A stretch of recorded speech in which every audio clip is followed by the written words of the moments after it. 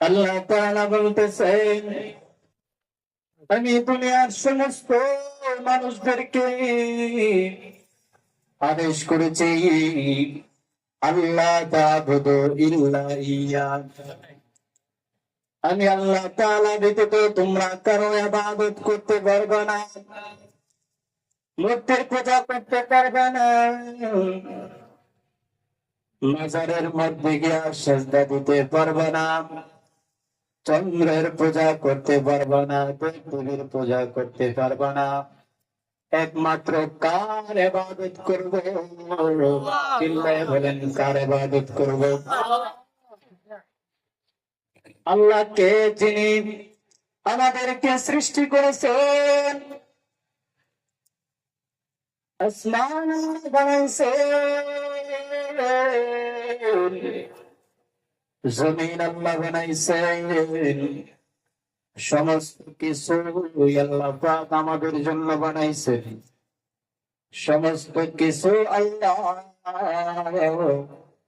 আমাদের জন্য বানাইছেন, আমাদের গোলাম বানিয়ে দিয়েছেন।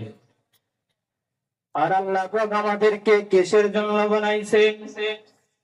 আল্লাহ পাক আমাদেরকে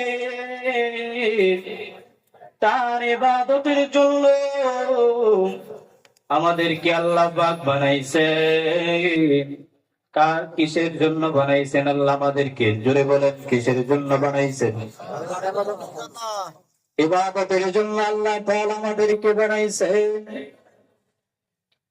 আল্লাহ বলতেছেন, وما خلقت الجن والإنس إلا ليعبدون। আল্লাহ বলেন, আমি জিন এবং মানুষদেরকে বানাইছি আমার ইবাদতের জন্য। জিন এবং মানুষ আমার ইবাদত করবে। আল্লাহ বলেন, এ বান্দা,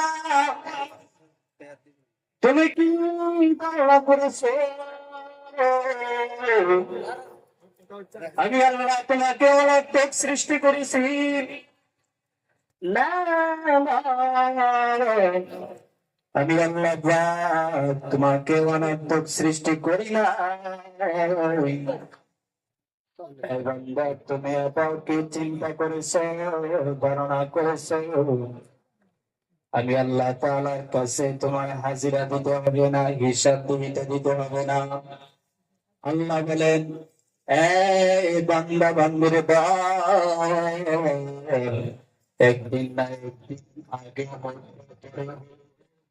আমি আল্লাহ তাআলার কাছে হিসাব দিতে হবে, হাজিরা দিতে হবে। এবার যেরকম ভাবে মরণ পর্যন্ত করতে হবে, মৃত্যু পর্যন্ত